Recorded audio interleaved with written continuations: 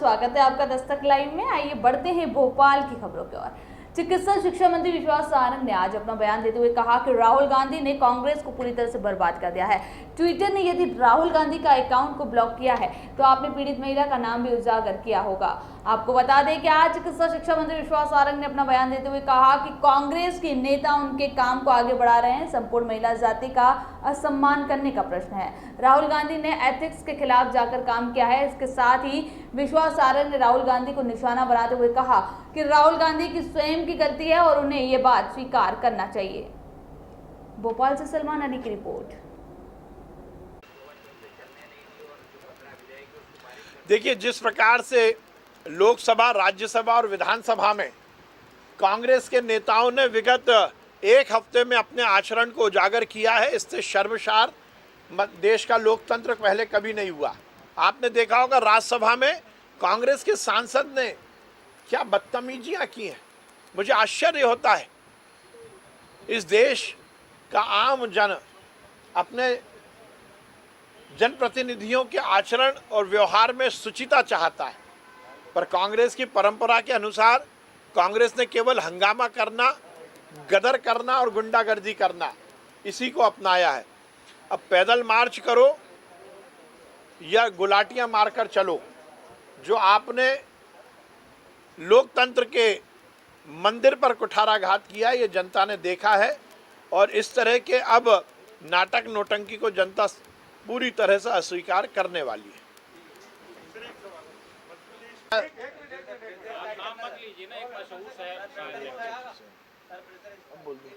मशहूर शायर रियासत हुसैन ने लिखा है, बर्बाद गुलिस्ता करने को बस एक ही उल्लू काफ़ी है, हर शाख पे उल्लू बैठा है, अंजामे गुलिस्ता क्या होगा।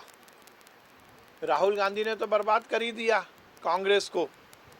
अब सब यदि कांग्रेस के नेता पप्पू बनना चाहते हैं तो आप समझ सकते हो कि कांग्रेस की हालत क्या होगी। ये तो वही बात है कि चोरी और ऊपर से सीना चोरी। ट्विटर ने यदि राहुल गांधी का अकाउंट बंद किया है तो उसका कारण भी तो जान लो। कोई राहुल गांधी ने जाकर मेडल या पदक अर्जित नहीं किया। अरे राहुल गांधी, आपने संपूर्ण महिला जाति का और महिलाओं का अपमान किया है। आपने उस परंपरा को तोड़ा है जिसमें किसी भी पीड़ित महिला की आइडेंटिटी नहीं बताई जाती। आपने ट्विटर पर और अपने सोशल मीडिया हैंडल पर वो कारनामा किया जिसके कारण अंतर्राष्ट्रीय स्तर पर हिंदुस्तान का नाम बर्बाद हुआ है। और कांग्रेस के नेता जहां एक और इस भूल को ठीक करने की कोशिश करना चाहिए तो उल्टा राहुल गांधी और उनकी हरकत को प्रमोट करने की कोशिश कर रहे हैं। इससे दुर्भाग्यपूर्ण कुछ नहीं होगा। ट्विटर से लड़ाई अलग ढंग से लड़ी जा सकती थी, पर मुद्दा यह है कि ट्विटर ने आपका अकाउंट बंद क्यों किया, इस पर भी तो गौर कर लीजिए। अच्छा रहता कि राहुल गांधी और कांग्रेस के नेता स्वयं आगे आकर महिलाओं से माफ़ी मांगते, क्योंकि ये केवल किसी एक नेता के ट्विटर के अकाउंट को बंद होने का प्रकरण नहीं है, बल्कि एक राष्ट्रीय पार्टी के राष्ट्रीय नेता द्वारा संपूर्ण महिला जाति का सम्मान करने का प्रश्न है। मुझे लगता है इस हरकत से निश्चित रूप से पूरी दुनिया में हिंदुस्तान का नाम बदनाम हुआ है। राहुल गांधी जी को शर्म करनी चाहिए।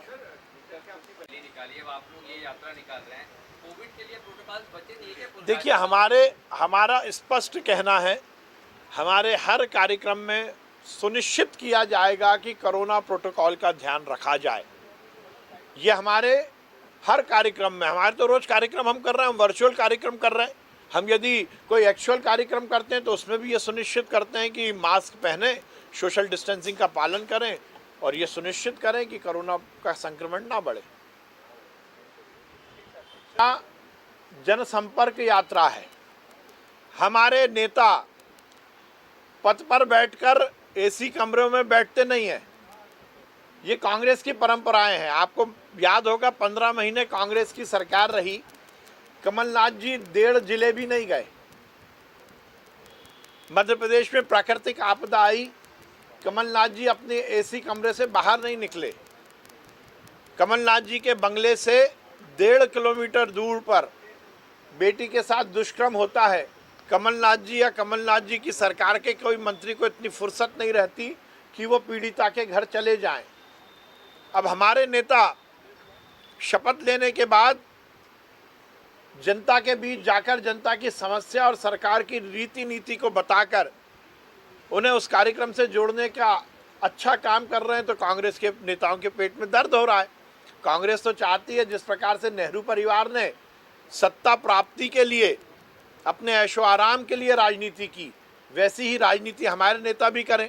पर हमारे नेता, चाहे वो प्रधानमंत्री जी हों, चाहे मुख्यमंत्री जी हों, चाहे केंद्रीय मंत्री हों, प्रदेश के मंत्री हों, विधायक हों, सांसद हो, वो सब जनता के बीच जाते हैं। और ये जन आशीर्वाद यात्रा, इसी का हमारा कमिटमेंट और संकल्प है कि हम केवल ऐशो आराम करने के लिए मंत्री नहीं बने, बल्कि जनता के बीच जाकर जनता की समस्या सुनकर उसके निदान करने के लिए सरकार में आए हैं और मंत्री बने हैं।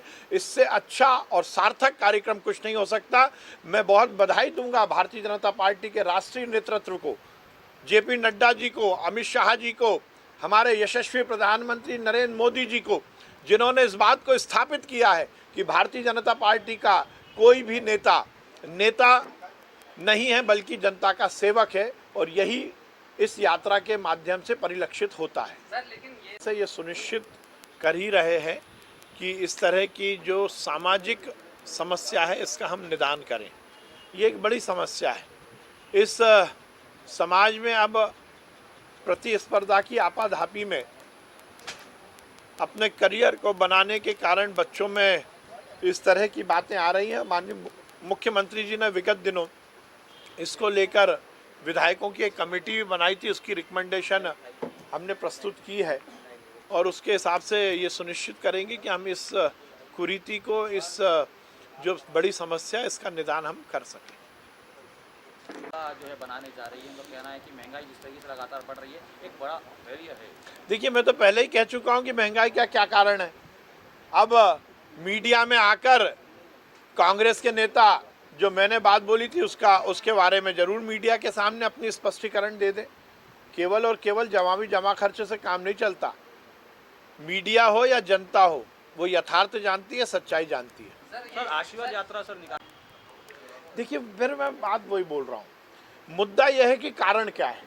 रविशंकर जी के समय कोई कारण नहीं था, पर राहुल गांधी जी ने तो स्वयं एथिक्स के खिलाफ जाकर काम किया। एथिक्स होते हैं, कुछ मापदंड है, कुछ आचार संहिताएं हैं, कुछ परंपराएं हैं।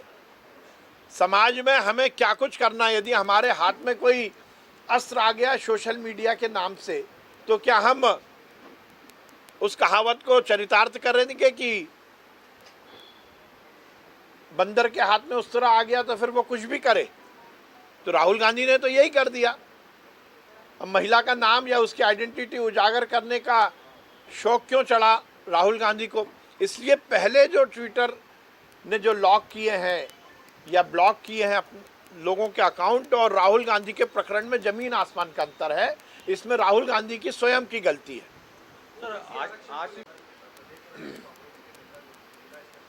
देखिए, मुझे अच्छा लगेगा कांग्रेस के नेता मीडिया के सामने आकर ये बात जरूर बताएं कि उन्होंने जब कांग्रेस की सरकार थी तो इस पूरे मामले को लेकर कोर्ट में लड़ाई क्यों नहीं लड़ी थी। जब कोर्ट से स्टे आ रहा था, जब कांग्रेस के सरकार ने किसी वकील को खड़ा क्यों नहीं किया था। जब ओबीसी आरक्षण के खिलाफ स्टे आने की बात आ रही थी तो कांग्रेस की सरकार ने केवीएट क्यों नहीं लगाई थी। अब घड़ियाली आंसू बहाने से और मीडिया में प्रेस कॉन्फ्रेंस ले देने से काम नहीं चलेगा। भारतीय जनता पार्टी हर वर्ग के कल्याण की बात करती है। हमारा स्पष्ट मत है कि देश में हर वर्ग समाज की मुख्य धारा से जुड़ना चाहिए। इसलिए ओबीसी के मामले में जो कुछ भी हुआ है, जो भी गलत हुआ है, जो भी स्टे आया, इसका कारण केवल और केवल कांग्रेस की कमलनाथ सरकार है। सर लेकिन ये प्रेस कॉन्फ्रेंस जो हो रही है सर इस 5 संभाग में मध्य प्रदेश में सबसे ज़्यादा मध्य प्रदेश में बच्चों ने आत्महत्या की है। इस पर मनोचिकित्सक कहते हैं कि